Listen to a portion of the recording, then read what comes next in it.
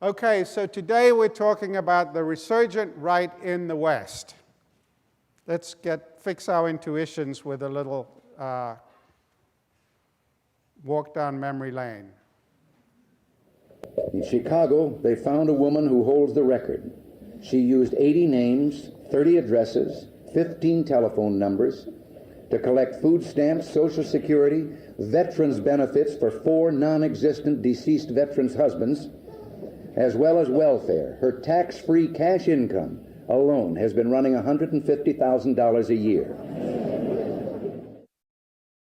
So that was Ronald Reagan running for the Republican nomination against Gerald Ford in 1976, which he was unsuccessful.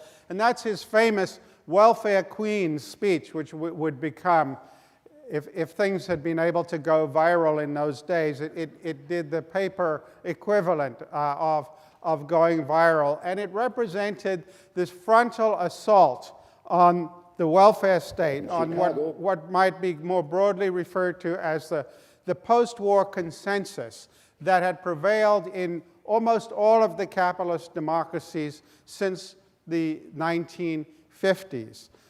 In the US, it went by the name of the Great Society, ushered in by Lyndon Johnson, which was not only the civil rights legislation, but the creation of Medicare, considerable expansion of many components of the welfare state. In Britain, it was, of course, the post-war government of Clement Attlee voted into office in 1945 that put into place the major elements of the British welfare state. And in many of the European social democracies, as they came to be called, we got countries that were marked by strong welfare and other forms of social protection, such as health insurance, unemployment insurance, pensions, progressive tax systems, a lot of redistribution through the tax system, much more steeply progressive tax systems than in any of those countries today. And it's important to say that the support for this post-war consensus was substantially bipartisan.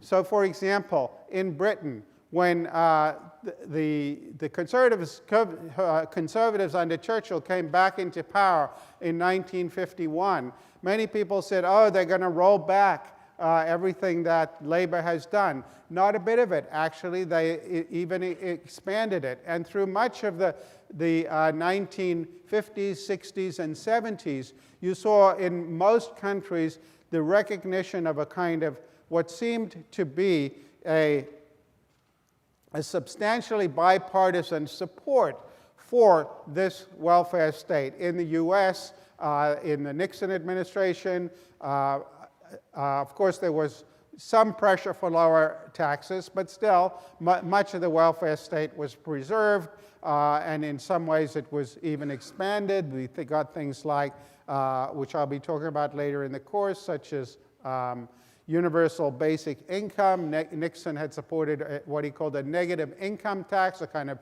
refundable tax credit. We have ended up getting something that's a cousin of that. In Europe, in countries like Germany, where they have coalition governments, in the 60s and 70s, they were basically dominated by the Social Democrats, first Willy Brandt and then Helmut Schmidt. In the early 80s, for reasons we'll be talking about next time, the Social Democrats got weaker and Helmut Kohl's conservatives took over, but it was still, there was very substantial support for European social democracy across the political spectrum. For example, in the 60s and 70s in France and Italy, where communist parties had been very strong and had traditionally been more Stalinist-like communist parties, we had the advent of Euro-communism. What was Euro-communism? Well, one feature of it was that it was denounced by the Soviet Union as revisionist deviationism. And the other was the standing joke in Italy in the 1970s was, how can you tell that which is the communist politician in parliament? How do you tell the communist from the other politicians? And the answer was, because they have more expensive suits.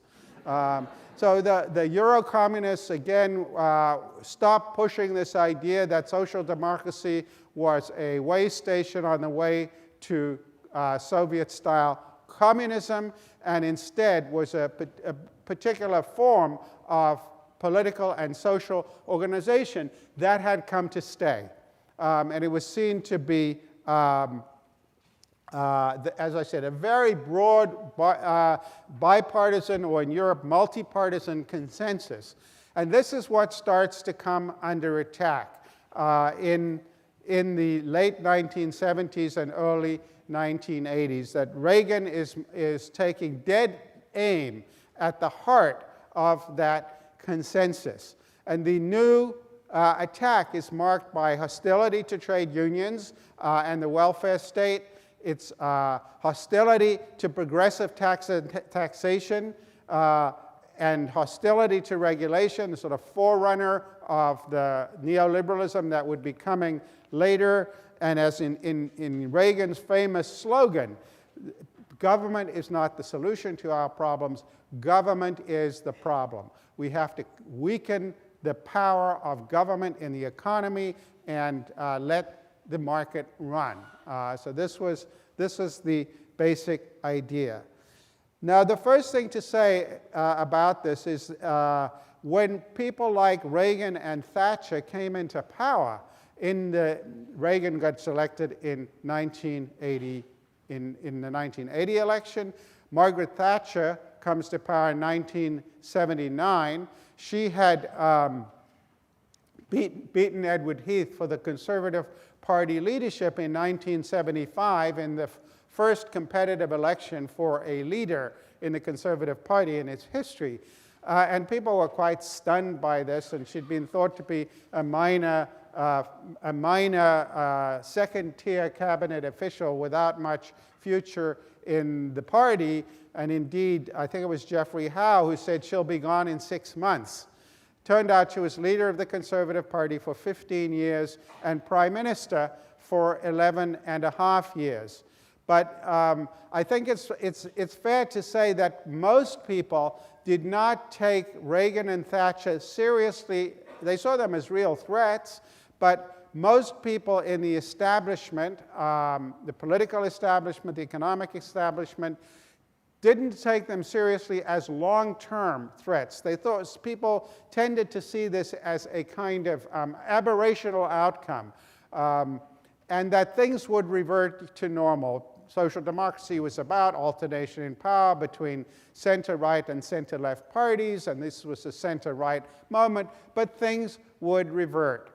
There were a few discordant voices. In the US, perhaps the most prescient one was a man by the name of Kevin Phillips, who wrote a book, published a book in 1969 called The Emerging Conservative Majority, predicting the rise of the new right in pretty much the form that it took. But he wasn't, he was later on given great credit for having predicted this, but for the most part, people did not see this as any kind of sea change or fundamental realignment of politics. And just to give you a sense, in Britain, in 1980, the principal intellectual architect of Thatcher's revolution was Sir Keith Joseph. And he was her trade and industry minister, and he was the source of all her economic ideas about monetarism and cutting spending. And here is Michael Foot, who was by then the leader of the Labour Party in opposition, commenting on Keith Joseph in the House of Commons, just to give you a sense of how seriously they really took the threat from Thatcher. I wouldn't like to miss out the right honourable gentleman, the Secretary of State for Industry, who's had such a tremendous effect upon the government and our politics altogether. And as I see the right honourable gentleman walking around the country, looking puzzled and forlorn and wondering what's happened. I've often tried to remember what he reminds me of. And the other day, I hit upon it. Because I recall that in my youth, when I used to go in Plymouth, yes, I know, quite a time ago. We'll come to that one in a moment, too. But I used to go, when I lived in Plymouth, every Saturday night, along to the Palace Theatre. And the favourite I always used to watch there was a magician conjurer. And they used to have in the audience, dressed up as one of the most prominent aldermen in the place, a person who was sitting at the back of the audience. And the magician conjurer would come forward and say that he wanted to have from the audience a beautiful watch. And he would go amongst the audience, he'd go up to the alderman and eventually take off him a marvellous gold watch. And he'd bring it right back onto the stage. He'd enfold it in a beautiful red handkerchief. He placed it on the table there in front of us. He took up his mallet and he hit it. Smashed to smithereens. And then on his countenance would come exactly the puzzled look of the right honourable gentleman. And he would step forward. And he would step forward. He would step forward right to it. He'd step forward right to the front of the stage and he'd say, "I'm very sorry. I'm very sorry. I've forgotten the rest of the trick." And that's the situation of the government. That's the situation of the government. They've forgotten the rest of the trick. It doesn't work. And unless any objector might come along and suggest that it was only a trick, I can assure you that at the Palace Theatre in Plymouth, the way it was played, he used to come along at the end of the very act and say, "I'm very sorry. I've still forgotten the trick." That's the situation in this country. So there was, Michael Foot making fun of Keith Joseph as a kind of buffoon who didn't know what he was doing and getting, lots of positive reinforcement for that. But of course, the joke really was on Michael Foot. 3 years later, he ran unsuccessfully against Margaret Thatcher, and his election manifesto was called the longest suicide note in history, subsequently by historians. So the joke was really on Foot, and he completely underestimated the staying power of what was coming down the pike. So that's our agenda today, and we're going to look at the sources and implications of the resurgence of right-wing politics across the Western democracies. So we're going to look at several sources of this, one being the collapse of communism, the second being embedded in the logic of distributive politics, and the third being the changing power relations in the economy. And all three of these things have an influence, or should have an influence, on how we think about the resurgence of the right and its political implications.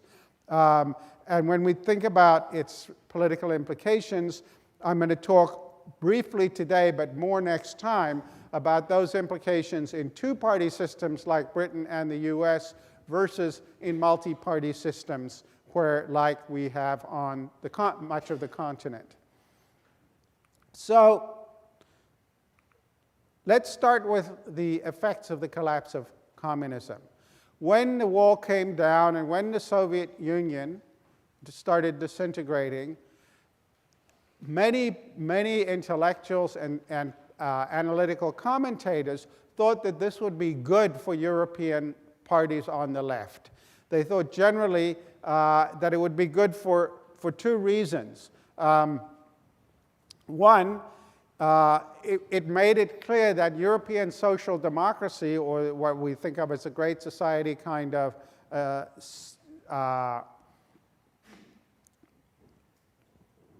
political economy in the US, is not a way station on the future to some other more statist if you like, outcome. That once we think of it rather as a kind of permanent equilibrium that can be defended on its own terms and is not something that's going to produce something worse.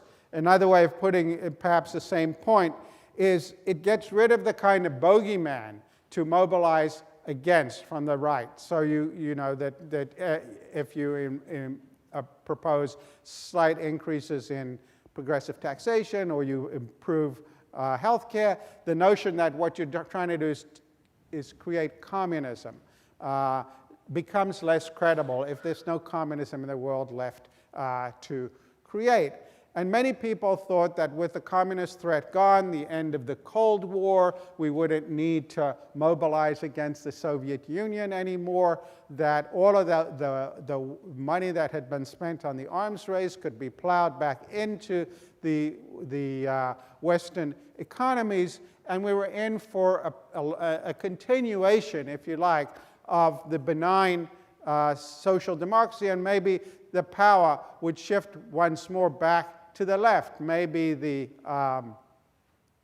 right-wing governments say in Britain and the US, or the fact that power in Germany had now shifted, as I already said, from the Social Democrats to the CDU, maybe it would shift back. And what all of that failed to take account of was that and this is really the story of Tony Judd's book, Post-War, some of which I put on the syllabus, is that the social democratic economies and welfare states depended on a very fortuitous arrangement of demographic, economic, and geopolitical circumstances after the war. The demographic one was that you had big working-age populations relative to what we call dependent populations. We think of the dependency ratio is the ratio of working age to dependent, and dependent is defined under the age of 15 and above the age of 65. And of course, what really matters from the point of view of the fiscal health of the welfare state is the older crowd, because parents mostly internalize the cost of children, whereas governments in turn have to bear the costs of elderly people. And for the most part, in all of these countries, we had big working populations and relatively small elderly populations. That would change as the baby boomer bulge worked its way through the population. And so there's one big source of fiscal stress inexorably coming at all of these systems as the ratio of working people to retired people would increase. Then secondly, much of the economic health of these countries had been the result of the enormous infusion of funds by the Americans, the Marshall Plan in Europe, the rebuilding of the Japanese economy, and the fact that, as I mentioned to you earlier, Europe was not spending money on its own defense, so it had the resources to build up its domestic economies. And that too would go away or would start to diminish as the Cold War ended. Also, the American interest in sustaining these economies as bulwarks against the Soviet system would start to diminish as the Cold War ended. So the idea that European social democracy was sort of a permanent equilibrium was by no means obvious. It's certainly not in retrospect.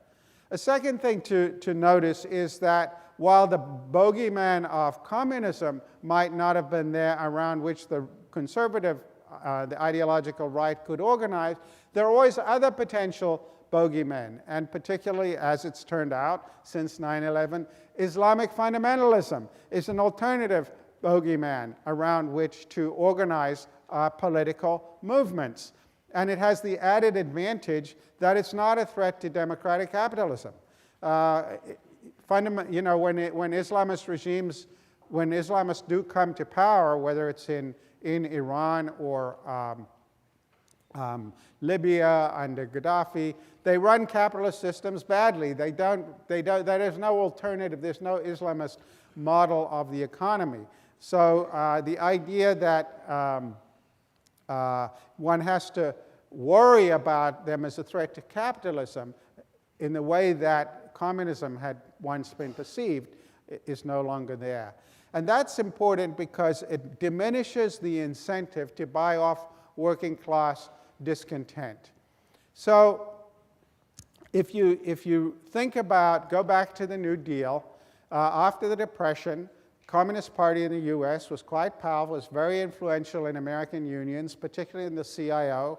We had 20% unemployment. There was real fear in the aftermath of the Depression that communism might be claim hearts and minds of large numbers of American workers. And that is partly what motivated business elites and others to at least tacitly support the New Deal. The notion was that you want to make sure America's workers do not reach a state of affairs where they think they have nothing to lose but their chains. And so my colleague Peter Swenson has done tremendous scholarship on this, but actually what Swenson shows is that there's never been significant expansion of a welfare state, even the European welfare states, by the way, without significant, at least tacit and sometimes active support from business. And part of it in the 30s and 40s was Keynesian thinking about revising the economy, or proto-Keynesian thinking. The general theory didn't come out until well after the Depression, but there were many people making those kinds of arguments at the time. But it was also political. It was this idea that you want to give the dispossessed people who had been most harmed by the Depression a stake in the existing order. And similar arguments were made in Britain and Europe. For instance, Ralph Miliband, the father of Ed and David Miliband, was a political economist who published a book in the early 60s, I believe it was, called The Capitalist Industrial State, in which he argued the welfare state is capitalism's best friend. He was a Marxist, well to the left even of Ed Miliband, and he thought that this was a bad thing because it was preventing the workers from becoming revolutionary because they had this stake in the existing order. And so this was the notion that if you don't do this, there's an alternative model out there vying for hearts and minds, and we'd better look out for that. Once the alternative model has gone away, once there's no longer a Soviet Union, it's much easier to discount all of that. It's much easier to say, well, let's, might not say it, but think, move to the suburbs and build more prisons. It's not obvious that there's any reason of the sort that existed when there was a communist alternative out there to continue to maintain expensive welfare states that would require substantial levels of taxation and maybe increasing levels of taxation given the changes in the demography. So the short of it is that those who had faith in the idea that the end of the Cold War was going to be good for left-of-center parties were wrong, and things have played out quite differently since that time. So that's the first thing. But I want now to turn to some more analytical thinking. Let's put on my analytical hat here. Some more analytical thinking about the logic of distributive politics, because I think people don't think clearly enough about just what that logic is when they think about what's going to happen in different political scenarios. So this is a famous picture of a hat from the beginning of The Little Prince. Antoine de Saint-Exupéry. And as you might recall, it's the very beginning of the book. He decides he wants to frighten the adults. And he's going to frighten the adults by drawing a picture of a boa constrictor eating an elephant. So he does. And he's absolutely devastated when the adults say, "That's a nice hat you've drawn." And he's furious. So he has to draw another picture showing the elephant, sort of X-ray of the but he's so despondent that he decides to abandon his career as an artist and instead become a pilot, which he duly does. Now, one thing we can know about this story is that the adults he was trying to frighten were not economists, because had they been economists, he might have been able to frighten them with this picture, because instead of seeing it as a hat, they might have seen it as a picture of the income distribution. And in particular, this feature of the income distribution, which is that the median income is always below the mean income. Why would that be? Why is the median income always below the mean? Yeah. Very rich people, right? The very rich people out here. In fact, Gates and Soros and they're probably on the other side of Grove Street down there, right? And so that pulls up the average, right? So that means that in every, obviously there's a cutoff point here because there's some level below which people won't survive. But the very rich people pull up the average. So there are always more people below the average income. And so this had for a long time led political economists to think that politicians who are trying to win election will be responsive to the median voter, and there sort of be a kind of impetus to redistribute downwardly. Because politicians need votes, they need to get elected, and so they will do that. Politicians, this median voter is going to be below the mean income. And indeed, this is a very old argument. So, for example, in the 19th century, people like John Stuart Mill were afraid of expanding the franchise for exactly this reason. And they came up with things like giving 2 votes to university graduates as a way to sort of blunt it. And Karl Marx, after he'd been disappointed in 1830 when communism had not arrived, and he'd been disappointed in 1848 when the revolutions had not become communist, and he'd been disappointed in the Paris Commune in 1871, he and Engels started talking about the parliamentary road to socialism. And this is exactly the same idea that maybe the workers would do through the ballot box what they had not done at the barricades. And the 20th century is this idea is the median voter theorem, which basically says that politicians in search of the median voter are going to support downward redistribution. A very famous paper by 2 people called Meltzer and Richards, which I think is somewhere in the recommended readings on the syllabus. If not, it should be. And so the biggest puzzle of 20th century political economy is that this does not, in fact, happen.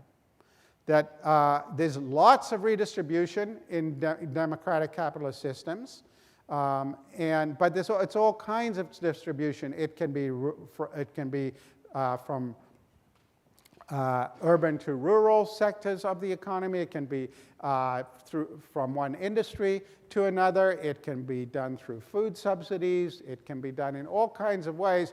But there's sometimes regressive redistribution in capitalist systems. We'll talk later about the repeal of the estate tax, which is an example of using the political system to actually redistribute in ways that produce more inequality.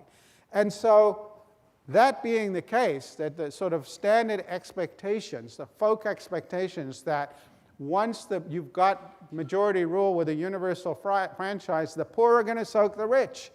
Why wouldn't they? They've got less. They're going to soak the rich, but it doesn't happen. And so people have tried to understand why that doesn't happen. And there are basically two approaches to thinking about that. So one would be to say, well, you know, I've got one dimension here. The left-wing party wants redistribution. The right-wing party doesn't want redistribution. And the median voter is going to want redistribution. And so the right-wing party is going to sort of be dragged to the left in search of the median voter, or it's going to lose, right? But what if there's another dimension as well? What if there's a dimension like race? So what if there's a dimension where people have racially exclusionary attitudes or versus inclusionary attitudes? And then it might be the case that, well, then it depends how much they compare about race versus how much they care about income or wealth, okay? And so this is the story of Richard Nixon's Southern strategy, right? So what happens? In 1964, you get the Civil Rights Act. 1965, we get the Voting Rights Act. Lyndon Johnson is famously is reputed to have said, Democrats have lost the South for a generation. I've lost the South for the Democrats for a generation. Whether it's historians now debate whether he actually said it, but it was widely attributed to him. And the notion was that the Democrats historically had been the dominant party in the South, and now that they had become associated with the Civil Rights Act, the Voting Rights Act, there was going to be backlash, and Nixon and his advisors thought he could capitalize on that backlash by offering to essentially limit the effects of the Voting Rights and Civil Rights Acts in the South, stop that, and that would make this would be the way in which the Republicans could attract voters who had previously supported the Democrats for economic reasons. And so once you put a second dimension into play, if you like, it's no longer the case that the median voter will necessarily want downward redistribution because they may want preservation of their racial status quo more. And so this is one of the ways in which scholars, my colleague in the political science department, John Romer, has developed a number of these models that show this. Once you put a second dimension, whether I'm just putting race here, it could be xenophobia, it could be women's rights, it could be, there might be another dimension. Again, you think about women's rights. Women may think the pro-choice, pro-life dimension more important than the economic dimension, and so vote differently. So once you put other dimensions into play, maybe the median voter won't vote for redistribution. So that's one possible story about why we have not seen the sorts of developments that one might anticipate. Here's another story.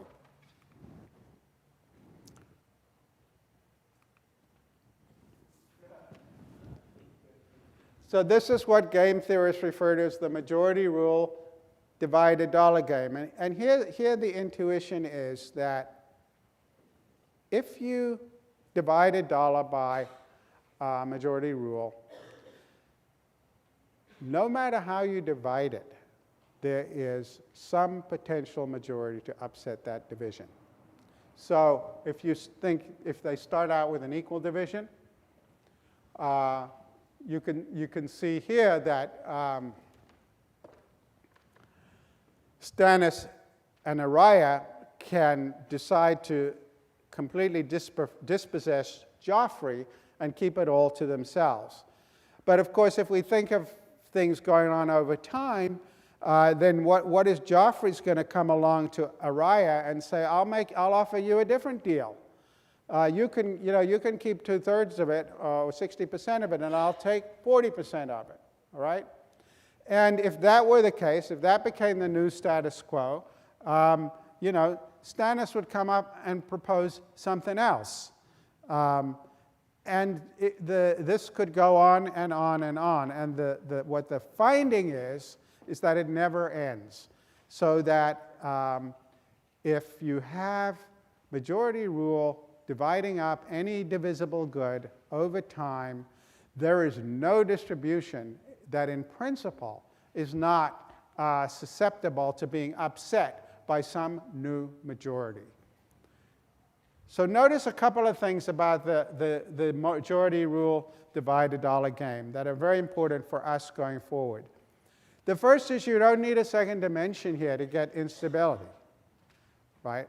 Maybe there's a second dimension, maybe there isn't, but it's not necessary to have a second dimension to get instability. You can get instability with one dimension, right? Just money. This whole game is just about money. And that carries a further implication, which is that interest alone will not produce effective demand for downward redistribution or for retaining any particular distribution. Now we're going to be bringing into play the framework of interests, ideals, and institutions that I mentioned to you last week. And notice here I'm not just talking about interests as selfish. For example, the three people playing the divided dollar game, maybe one wants to give the money to save the whales, one wants to give the money to soup kitchens, and one wants to spend it protecting wolves, as my friend Nicolai up there would probably want to do. So they try to maximize their share of the pie, but we're not saying they're selfish people, right?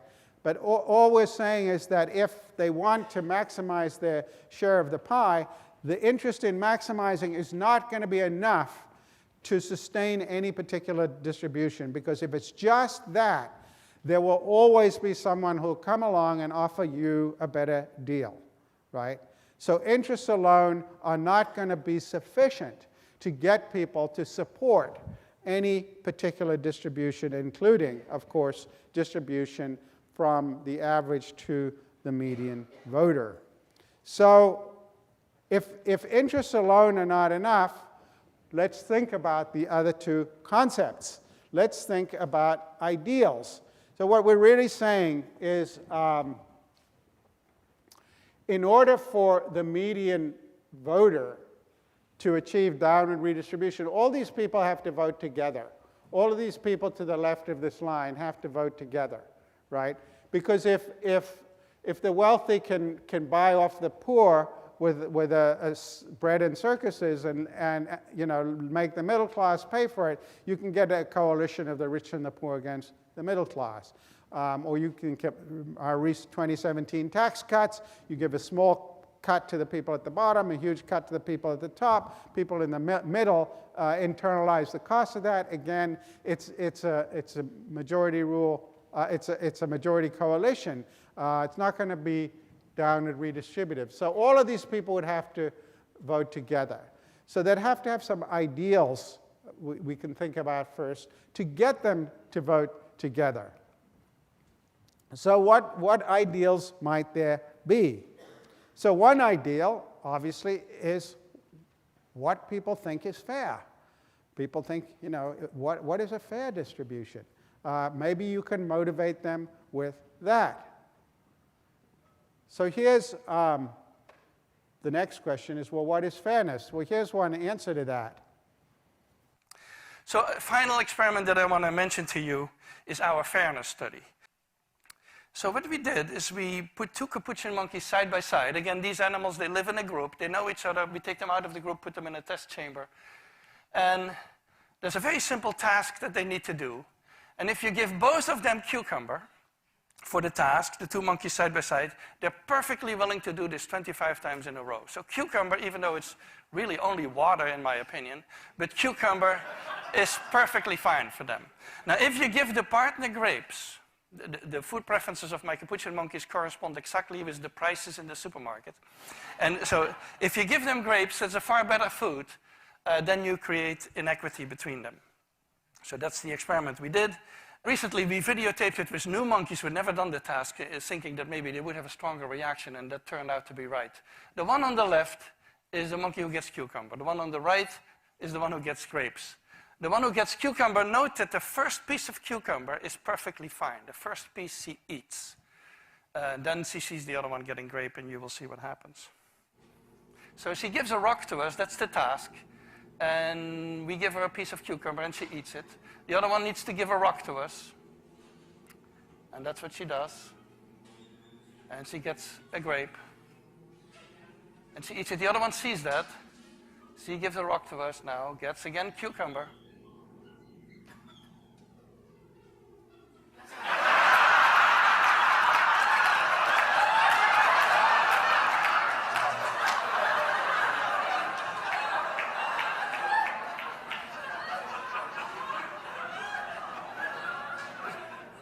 She tests the rock now against the wall. She needs to give it to us. And she gets cucumber again.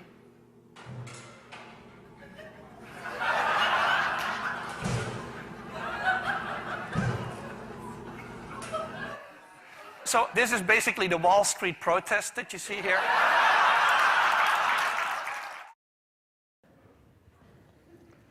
So what he finds there with the capuchins is he's studied it in many social animals, and there's plenty of psychology to support the idea that human beings are the same.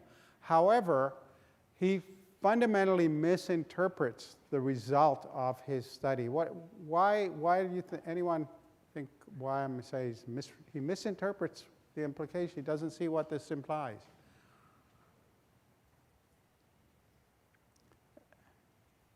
Yeah. No.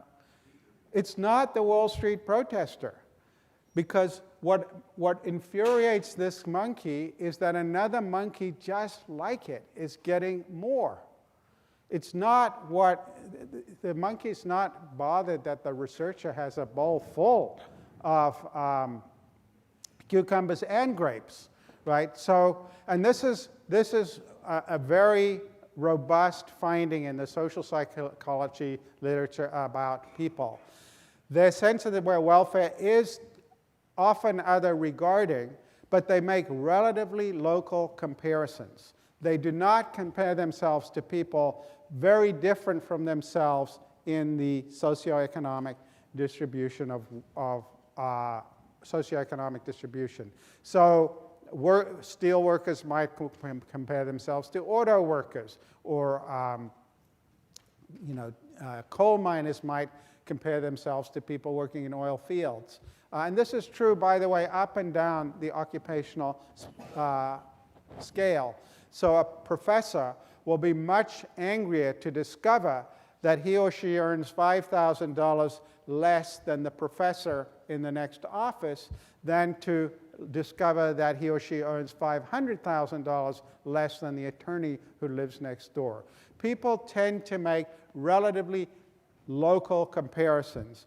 And later on, when we come to populism and all that, we'll discuss the implications of that in the politics that we're seeing right now. But so for the point to make here is people don't make global comparisons. They tend to compare people to people like themselves. Now you could say, yeah. No, not necessarily. I mean, there's studies of children, for example. You give a little boy half a glass of orange juice, and then you give his sister a full glass, and he was happy before, now he's furious, right? So it depends what your reference group is. Paul Bloom, who gave the Devane lectures about 4 or 5 years ago, is the local expert on reference groups. But it doesn't have to be in the same industry. It's got to be the kind of people you consider yourself to be like, and by whom you want to be given esteem, right? So you might say, well, that's not necessarily fatal for solidarity, because if you say, well,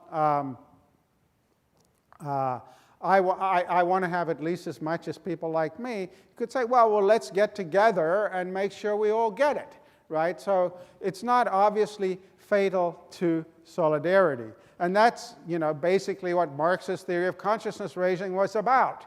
But the trouble is that it competes with other ideals of fairness. So let's just consider a couple that are relevant to where we're headed. Next Tuesday is election day. Next Tuesday, all of you will go to the polls, will stand there in the polling place and make a decision. I think when you make that decision, it might be well if you would ask yourself, are you better off than you were 4 years ago? Is it easier for you to go and buy things in the stores than it was 4 years ago? Is there more or less unemployment in the country than there was 4 years ago? And if you answer all of those questions yes, why then I think your choice is very obvious as to who you'll vote for. So there he's saying something quite different. He's saying, ask yourself, this is Ronald Reagan in 1984 running for re-election. He's saying, 4 years ago when I came into office, some here can remember what it was like in 1980. Interest rates were at 19%. Inflation was at 12 or 13%. The economy was in pretty bad shape, and by 1984 things were better. So he's saying, you look at your circumstances now compared to four years ago, and are you better off or not? This is what we might call a self-referential comparison. It has nothing to do with what other people are getting, right? And it's not important from your point of view. Reagan is anticipating what other people are getting. And this is what economists call a Pareto improvement, right? Economists are all about absolute gains, not about relative gains. People want to get on as high an indifference curve as they can in the standard economic models without reference to the indifference curves that others might be on. Just to take the same logic across the channel, here's another formulation of it. There is no doubt that the Prime Minister has in many ways achieved substantial success. There is one statistic that I understand is not, however, challengeable, and that is that over her 11 years, the gap between the richest 10% and the poorest 10% in this country has widened substantially. That's right. How can she say at the end of her chapter of British politics that she can justify many people in a constituency such as mine being relatively much poorer off, much less well housed, and much less well provided than it was in 1979? Surely she accepts that is not a record that she or any Prime Minister can be proud of. Mr. Speaker, all levels of income are better off than they were in 1979. But what the honourable member is saying is that he would rather the poor were poorer, provided the rich were less rich. Once they start to talk about the gap, they'd rather the gap were that. Down here. That. Not that. But that. So long as the gap is smaller, they'd rather have the poor poorer. So, there it is, two fundamentally antithetical conceptions of fairness. So how should we think about the contest between them? Which is more powerful politically, do you think? Or maybe that's the wrong way to put it. What are the conditions under which one might become more powerful than the other? Any reflections on this?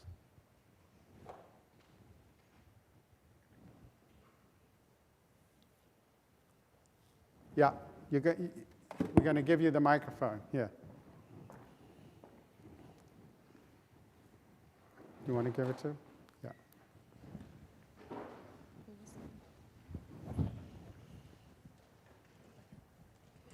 Can everyone hear me? Yes. Yeah. It brings back to the mean and average income we saw previously. If you have more people that have less, then politically you're going to have more people who are going to vote for the income. So just run with that a little bit. So if you were designing a party platform trying to appeal to a more solidarity-based idea of getting more people to resist the Reagan and Thatcher logic here, what would your argument be? To resist Thatcher and Reagan. My main argument would be we're all born equal. We need to earn the same thing. There's no reason why other people gain more. Okay, and now if you had to bet in an upcoming election that you were right, how much of your own money would you bet? This is taking the contrary to my own opinions, but I think there's a good chance it will be successful in the next 15 months, unfortunately. Okay. So this is you think the people's basic conception of a solidarity-based conception of fairness can actually command people's support, despite the appeals of to what we might call an economist conception of absolute improvements. Any other arguments that somebody could imagine making in support of that notion? Yes, sir. You need the microphone. Yeah.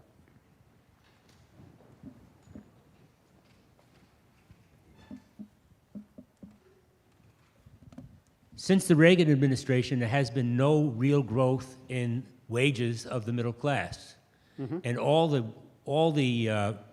additional productivity has gone to the upper class. So I think that is something that you could use as a political argument that would work. So how would you make the argument? Saying that life is not better than it was 50 years ago for most of the people. That, if anything, your salary is the same, and the likelihood of your keeping your salary is less. You're less secure, and you're at the same level that you were 30 years ago. Okay, so I see you oscillating now between two logics here. One is you're saying the world's become more unequal, and the other is that you're saying people are becoming more insecure, right? So those two things are not the same, and they're going to be importantly different. And what I'm going to be arguing later in the course is that when people become insecure, there's a very different politics. Insecurity is not the same thing as inequality. People can be afraid of insecurity even if they're relatively well off, if they feel threatened. And it produces fear of insecurity produces a very different politics than outrage or at inequality. And what's going on here is that if you look at the Reagan and Thatcher arguments, in addition to being completely self-referential, they're both saying, why should the poor care what the rich have if the poor are better off than they were before, or at least as good as? So they're basically appealing to two things. One is absolute improvements are more important than relative changes. And the other is that people, again, they then are appealing to prospects for upward mobility. They're saying, Reagan famously said, I want an America where anybody can become a millionaire, right? People should be able to get ahead. Now, and that was certainly a difference between the politics of the new right in the 1980s and the politics of conservatism, pro-market arguments today, which revolve more around what psychologists and economists call loss aversion. It's no longer a politics about promising upward mobility. It's actually a politics revolving around, as you said, wages have stagnated and perhaps in real terms actually gone down. People are more insecure. Make America Great Again is a slogan which implies that something's been taken away from you, and I'm going to bring it back, right? It's a very different notion than America's best days lie ahead. Now, it's interesting that Reagan was responsible for both those slogans, Make America Great Again and America's best days lie ahead. And in 2016, Trump used the first and Hillary used the second. But of course, the context in which Hillary was talking about America's best days lie ahead had been an era when we had had 3 or 4 decades of wage stagnation and growing economic insecurity. So it was a very different era than when Reagan and Thatcher were running in the 1980s. But those are more contextual things. I want to just make some more basic points about the logic of distribution here, which is what Thatcher's success was keying off of, is this wonderful line from the Times obituary of Benjamin Disraeli. He died in 1881. I don't know why it took them 2 years to write the obituary, but they said he discerned the conservative nature of the working man in the same way as a sculptor discerns an angel in a block of marble. So what Disraeli, he basically understood this logic of we might call divide a guinea rather than divide a dollar. But that there was plenty of reasons to think that you could appeal to working class voters to support conservative policies. And you know, one of the I think enduring myths on the intellectual left is that when poor people don't support redistributive politics, they're somehow acting against their own interests. Sort of, what's the matter with Kansas, right? Thomas Frank. Why are these people voting in ways that are not in their interest? Even setting aside whether there's a second dimension like race, which might be part of the story, but it might not be part of the story, being promised minor incremental improvements might be sufficient to get people to support a political program without reference to what others are doing. And I think that the other thing to say, you could say, okay, so these are two competing conceptions of fairness. It's not obvious why one will win rather than the other. But the difficulty is that it's much harder to hold a solidaristic coalition together, precisely because all you have to do is start picking off some people from that coalition until you've got enough. So even if 40 or 50 or 60% remain in solidarity with this basic conception of fairness, if you could promise upward mobility to others, that might be enough. Or if you could promise at least repairing the losses that they've had, maybe subsidies for the industries in which they work, that might be enough. And again, we'll talk much more about populism since 2016 later, but notice that Donald Trump, in no rally, no campaign speech, no piece of campaign literature ever said he was going to reduce inequality in America.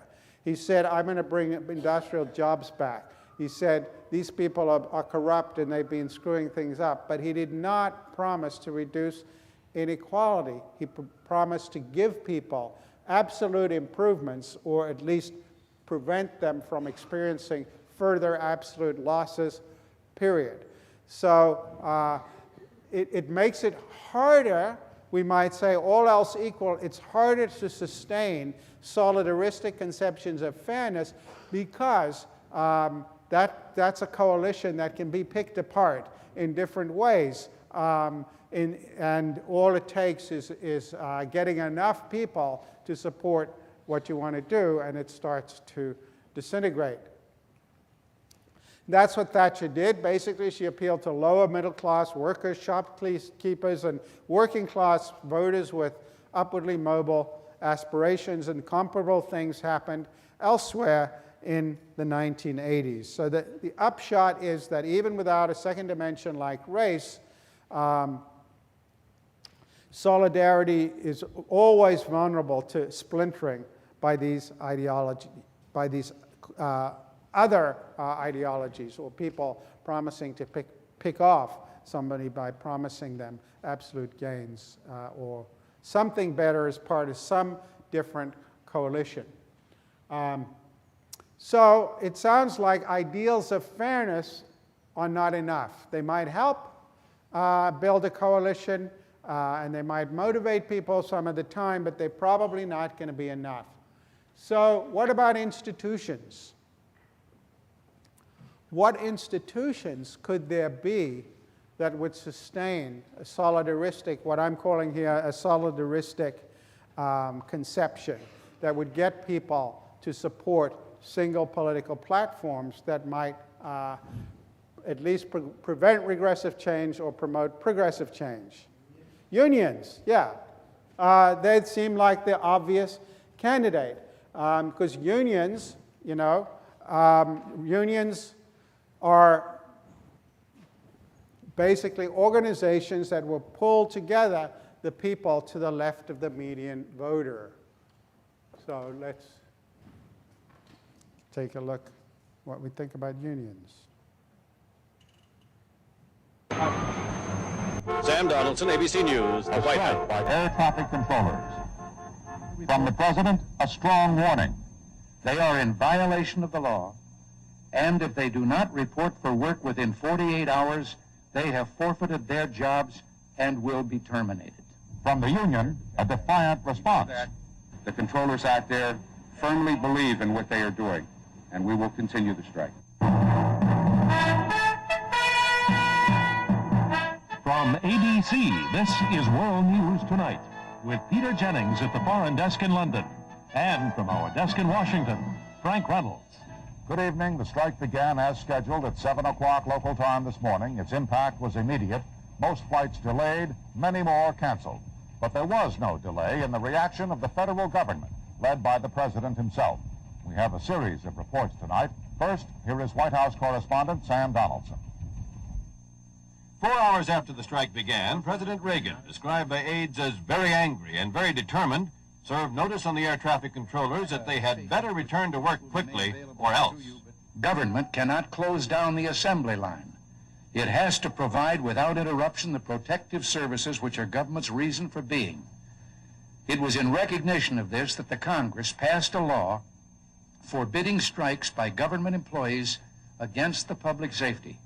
It is for this reason that I must tell those who fail to report for duty this morning they are in violation of the law, and if they do not report for work within 48 hours, they have forfeited their jobs and will be terminated. Strong as the threat of firing may be, the administration moved rapidly to employ other weapons as well. Court proceedings to force the strikers back to work were begun in 19 separate courts. Criminal charges were being prepared against individuals.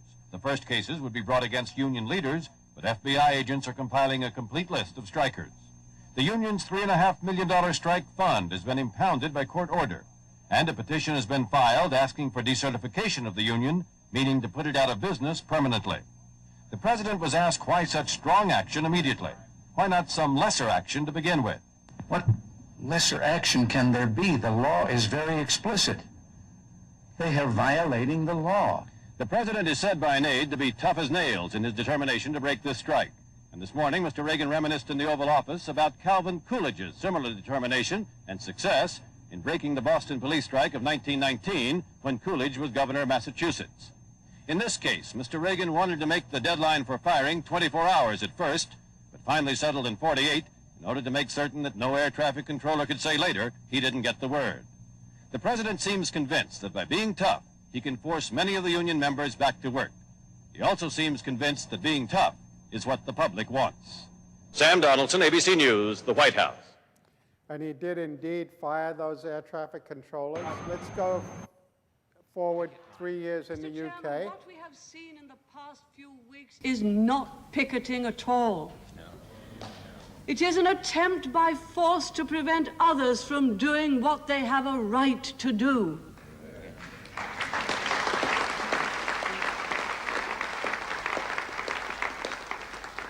It is intimidation.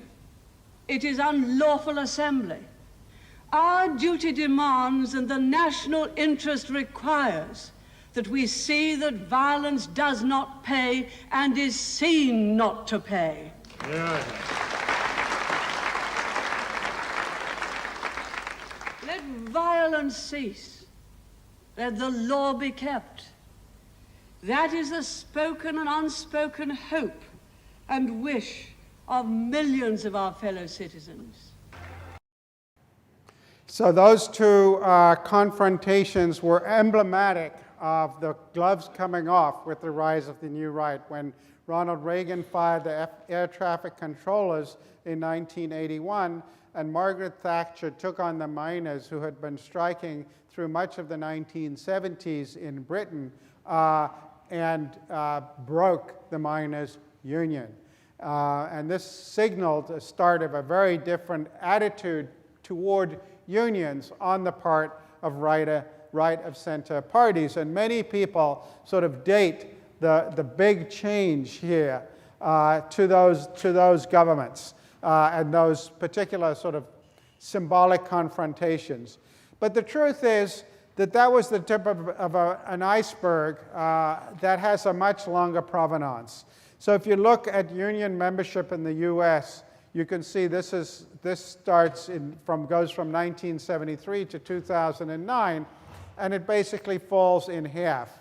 And if you take out public sector workers, its overall union membership falls even more dramatically. You can see here that private sector unions have all but disappeared. But what do these numbers ignore? What do these graphs not tell us? Most people know that. Most people know that since the 1970s, unions have gotten a lot smaller. Yeah. Yeah, that's true. But what else? What do these numbers not tell us? What they don't tell us is it's not since the 1970s. It's since the 1950s that the high watermark of union membership in the U.S. economy is really in the late 1940s and early 1950s. The Wagner Act protecting unions had been passed in 1935 as part of FDR's New Deal legislation and had very tepid opposition from business initially, partly because of the fears of communism. But that rapidly changed once it became obvious that the US economy was not going to disappear, was not going to collapse. And through much of the 1940s, there was a lot of lobbying to either get rid of Wagner or cut it back. And in 1947, Republican Congress passed the Taft-Hartley Act, which over President Truman's veto, by the way, so it's very powerful. Republican Congress did that, takes 2/3 in both houses, and Taft-Hartley cut back on a lot of union protections. So part of it was the politics, but we've seen as America has transformed from a manufacturing to a services economy, it's become less and less unionized, partly for those sorts of political reasons and part because it's much harder to organize service sector than it is manufacturing and mining and things like that, and partly because more recently the advent of free trade, the fact that capital has got back to the Hirschman point, capital has many fewer exit costs than labor. Capital is more mobile than labor. So capital can leave at much lower cost than labor. Think about what I said about different exit costs being important when we talked about Hirschman. And those exit costs for capital have come down and down and down. And so we saw last time, if they can't make enough money in China, they just move to Vietnam, and then they'll go to Cambodia or someplace else. So you've got low exit costs for capital, higher exit costs for labor. And so that makes it very difficult to sustain unionization. And this, as somebody said when we were talking about, this has a lot to do. The red line there is the share of the income going to the top 10%, and the blue line is the decline in unionization since the 50s. And as you can see, as unions get smaller and smaller, the inequality is growing.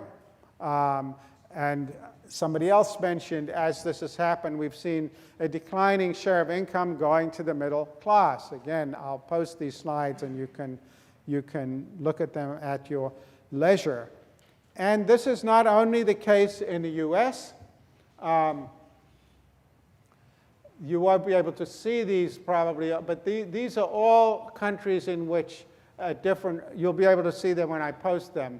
They're all countries in which the proportion of the workforce has declined over the last several decades, and they're all the major economies. Unions have become smaller and weaker. There are a few exceptions, places like Belgium, Chile, Mexico. It's more or less remained flat. Seems like Finland is about the only country in the world in which unionization rates have actually increased. And so what are the implications of that? The implications of that are that unions, which as the gentleman here said, are probably the best institutional component for creating solidarity among voters to vote for certain platforms, are decreasingly well equipped to do that. And particularly, it has been conventional wisdom that in two-party systems, the unionized workforce is relatively small, so it's not going to be able to get a lot of redistribution. And so this is a picture of inequalities in the US, the UK, Germany, and France over the past century. For all countries, it's this U shape. So we go from the Gilded Age to where we are now, more or less, in this U shape with more equality in the middle of the century.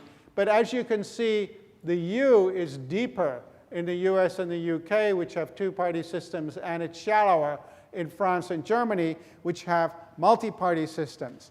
And this has been a source of the conventional wisdom that two-party systems are less redistributive to the median voter than multi-party systems. This has been conventional wisdom for a very long time. And part of the reason here is as unions have as the left of center party is less and less connected to a powerful union movement, there's going to be less demand on it to deliver those kinds of redistributive changes. And indeed, there's scholarship, mostly from 20 or 30 years ago, suggesting that multi-party systems are more responsive to the median voter in the policies that they actually enact. Whether that is in fact true anymore is what we'll talk about next time. See you on Tuesday.